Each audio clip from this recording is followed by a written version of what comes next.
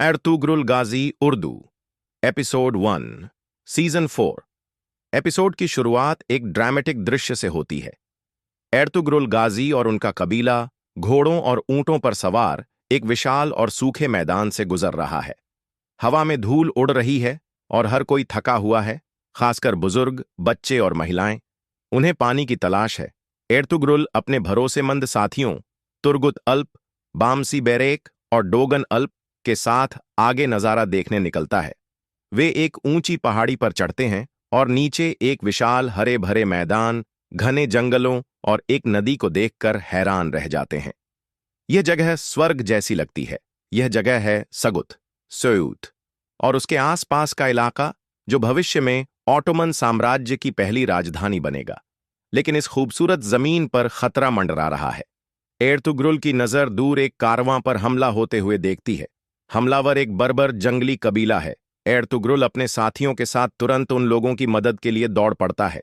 एक जोशीली लड़ाई होती है जहां एर्तुग्रुल का कौशल दिखता है। वे हमलावरों को भगा देते हैं और कारवां वालों की जान बचाते हैं। यह पता चलता है कि जिन लोगों पर हमला हुआ था वे इसी इलाके के एक गांव के रहने वाले हैं। वे एर्तुग्रुल के आभारी हैं और बताते हैं कि यह पूरा इलाका उस्मान बे नाम के एक नेता के अधीन है, जो सेल्जुक सल्तनत के एक सूबेदार हैं। उनका गढ़ कारहिसार नाम के किले में है। एर्तुग्रुल अपने कबीले को लेकर उस हरे भरे इलाके में पहुंचता है। कई कबीले के लोग खुश हैं कि आखिरकार उन्हें एक उपजाऊ जमीन मिल गई है।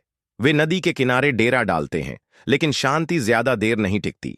जिस बर्बर कबीले ने कारवां पर हमला किया था वह वासिल नाम के एक क्रूर यूनानी बाइजेंटाइन सरदार का है, जो कराचा हिसार के पास के एक बड़े किले इनेग्योल का मालिक है। वासिल इस इलाके पर अपना एक छित्र राज्य चाहता है और किसी भी नए कबीले को अपना प्रतिद्वंद्वी मानता है।